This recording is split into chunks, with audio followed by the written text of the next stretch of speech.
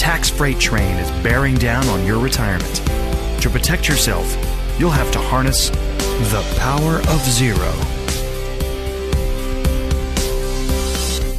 Hi there. Welcome to the Power of Zero show. I am your host, David McKnight, bestselling author of The Power of Zero, Look Before You LERP, The Volatility Shield, and Tax-Free Income for Life, all of which can be purchased in single copies at Amazon or wherever you buy fine books, or in bulk at davidmcknightbooks.com, where you can mix and match titles and achieve bulk discounts. If you haven't had a chance to watch our documentary, Power of Zero, Tax Train is Coming, you can watch that pretty much anywhere you stream movies, and would love a follow on Twitter at McKnight & Co, at McKnight & Co. And if you're looking for someone to help you navigate all of the obstacles that stand between you and the 0% tax bracket, why not head over to davidmcknight.com? We'll hook you up with a member of our elite POZ advisor group, among the very best advisors in the nation at getting you to the 0% tax bracket. They've been trained, vetted, qualified personally by me. And if you're an advisor that wants to level up your game and start assimilating all of the Power of Zero principles into your practice, you can learn more about our program at powerzero.com. You can opt in for a 3-part video series that will help educate you on that. You can set up a phone call to chat with us. Okay, folks, things are starting to heat up in Congress, and I like to keep this podcast a healthy balance of strategy as well as keeping you abreast of all of the developments in Congress, because whether you like to talk about politics or not, these are the types of things that shape your retirement. And I think it's important for you to understand what's unfolding right now, and it's pretty dramatic. It seems that all this unmitigated spending during COVID is catching up with the United States of America, and no less than the full faith and credit of the U.S. government is at stake. According to the Wall Street Journal, Treasury Secretary Janet Yellin on Monday revealed further measures to avoid breaching the federal government's borrowing limit and urged Congress to increase or suspend the ceiling, which went back into effect on Sunday. Starting Monday, the Treasury Department will suspend reinvestments by a number of retirement funds for civil servants and postal workers. Ms. Yellin said in a letter to congressional leaders, the funds will be made whole once the debt limit is either suspended or increased, she said. Quote, I respectfully urge Congress to protect the full faith and credit of the United States by acting as soon as possible, she said. Congress voted in July 2019 to suspend the debt limit until July 31st, 2021, after which the prior limit of $22 trillion would be reset to include any new borrowing in the intervening years. On Sunday, the limit was reinstated at around $28.5 trillion, a figure that includes debt held by the public and by government agencies. So let's talk about this for a second. Let's talk about the timing of these types of debt negotiations. It's always been a little bit of a game of chicken between the Democrats and Republicans. I remember the last time we had this sort of a debt ceiling crisis, I was watching the news, I think it was on CNN, and I saw a little box in the upper left-hand corner of the screen that says the U.S. defaults on its debt in like 29 minutes. So you have to understand how these negotiations go. We always wait until the 11th hour to resolve these types of things. But this time around, there's a lot more at stake than just, raising the debt ceiling. We'll talk about why that is here in a second. The article continues. The Treasury uses emergency accounting maneuvers to conserve cash so the government can keep paying its obligations to bondholders, Social Security recipients, veterans, and others. Once those measures run out, the Treasury could begin to miss payments on its obligations, which could trigger a default on U.S. debt. Now, a default on U.S. debt has never happened before, and it would likely precipitate a global depression. Ask Russia what happens when you start defaulting on your debt.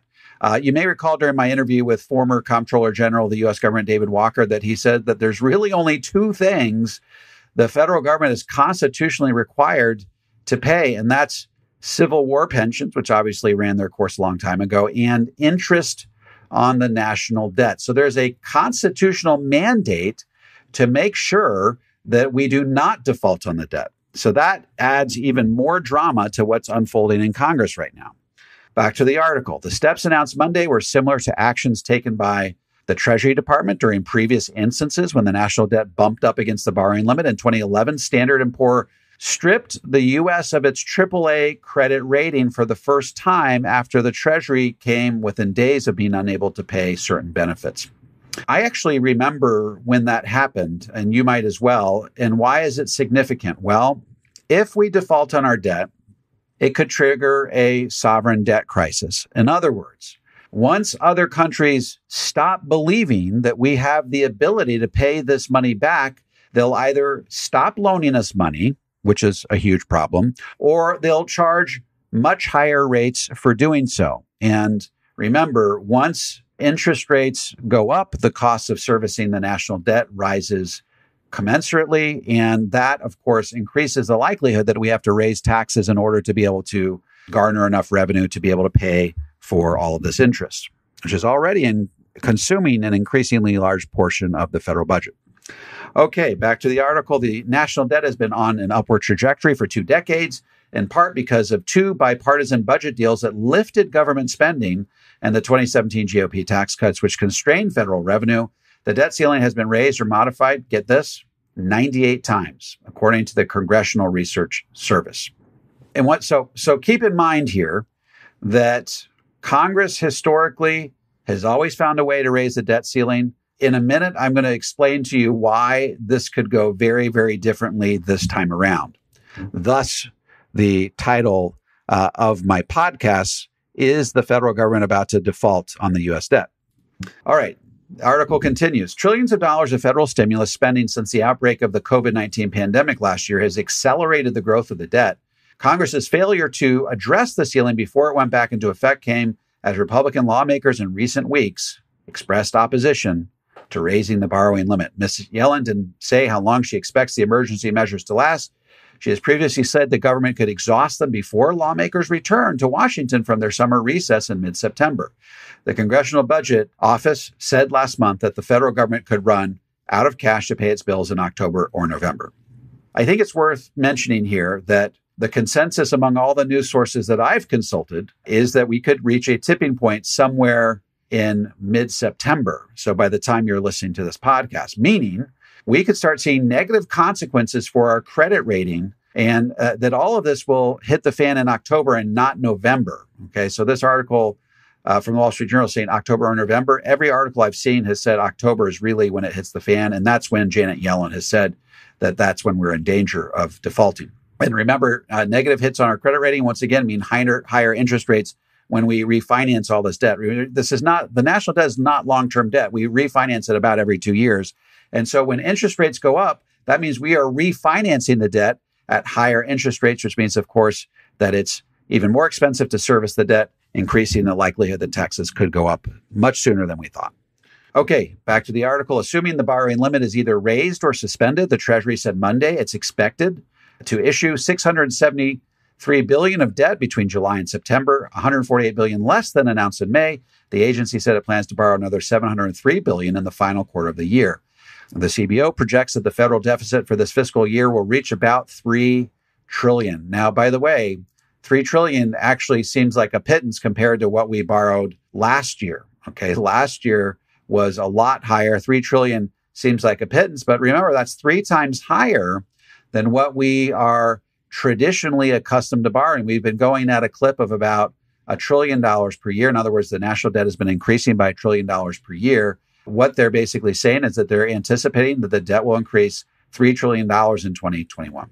Okay, so with all this as a backdrop, I want you to keep in mind what we talked about on last week's show, namely that as all this unfolds, Democrats are trying to galvanize their various coalitions to pass through the $1 trillion infrastructure bill and the $3.5 trillion social infrastructure bill, which shores up all sorts of safety nets and healthcare and global warming, even tries to address some immigration policy, all wrapped up into that social infrastructure bill, along with the tax increases that will help pay for it. So there's a lot at stake going on in the middle of this financial crisis that we're coming nose to nose with. They can't do all of those initiatives if they can't raise the debt ceiling limit. So in other words, their ability to raise the debt ceiling limit goes hand in hand with their ability to get their $3.5 trillion social infrastructure bill and the $1 trillion infrastructure bill passed through Congress through budget reconciliation. And you'll never guess who's standing in the way of a bipartisan raising of the debt ceiling. That's right, the Republicans. So according to Politico, and both of these articles I'm going to link to in the show notes, Senate Minority Leader Mitch McConnell promised Thursday that Republicans will not support a debt ceiling hike, just as Democrats have signaled they plan to take a path that would require Republican support. Democrats had talked about including an increase to the nation's borrowing authority in their $3.5 trillion budget plan, but this week indicated they would forego the measure in the party line bill. Mitch McConnell said, if our colleagues want to ram through yet another reckless tax and spending spree without our input, if they want all the spending and debt to be their signature legacy, they should leap at the chance to own every bit of it. So let me make something perfectly clear. If they don't need or want our input, they won't get our help with the debt limit increase that these reckless plans will require. I could not be more clear. They have the ability to control the White House, to control the House, to control the Senate. They can raise the debt ceiling. So, in other words, Mitch McConnell wants the Democrats to 100% own the debt ceiling increase, along with any political fallout that may result from this during the midterm election. So, pretty shrewd on his end. The Democrats want this to be a bipartisan increase of the debt ceiling, like it's always been in the past. Mitch McConnell is using this as leverage to get Democrats to back off of their $3.5 trillion signature spending plan, or at least solicit their input for that spending plan. Back to the article. Notably, McConnell did not mention the possibility of GOP cooperation when it comes to debt ceiling suspension, a much more palatable strategy deployed by both parties in recent years that essentially pauses the issue until a later date. 2 years ago, Republicans and Democrats struck a budget deal with former President Donald Trump's administration, but that suspended the debt limit until July of this year. Let's discuss what Mitt Romney has to say about this.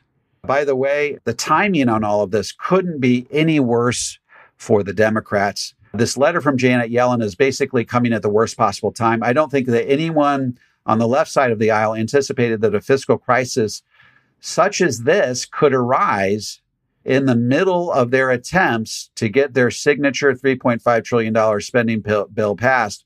And remember, to galvanize all of these divergent coalitions in the process. They're seeing their spending initiative come face to face in real time with the fiscal constraints facing America. So, we talk about the fiscal constraints facing our country sometimes in very abstract terms, but now we're seeing a real life example of how the reckless spending on both sides of the aisle over time is actually presenting a real life problem to getting a spending initiative through Congress. So in real time, they're coming face to face with the repercussions of all of this unmitigated spending by both parties over time, frankly. Let's talk about what Mitt Romney has to say about this. And Mitt Romney is he's obviously pretty centrist. So sometimes he sides with the Democrats, sometimes he sides with the Republicans. I think he speaks pretty clear-eyed on this stuff. He said Thursday that Democrats would be wise to raise the debt limit in reconciliation and not expect Republicans to do it for them. They're the ones asking for $3.5 trillion in new spending. They're the ones that ought to raise the debt limit to fund it and not expect us to. So he's once again basically reiterating the Republican position that if Democrats need to raise the debt ceiling to pay for their signature initiative, they're going to have to be the ones that own that decision come midterms. Republicans don't want to touch it with a 10-foot pole. And Romney continues, such a game of chicken would be highly irresponsible on their part and dangerous for them to not do what they can by themselves. So, folks, the drama continues. We are now in the position where Democrats not only have to galvanize their various coalitions to get their $3.5 trillion signature initiative passed before the deadline. Remember, they set a deadline for themselves of September 30th because they're basically trying to figure out amongst themselves which things should be put in the $3.5 trillion spending initiative, whether it should be $3.5 trillion.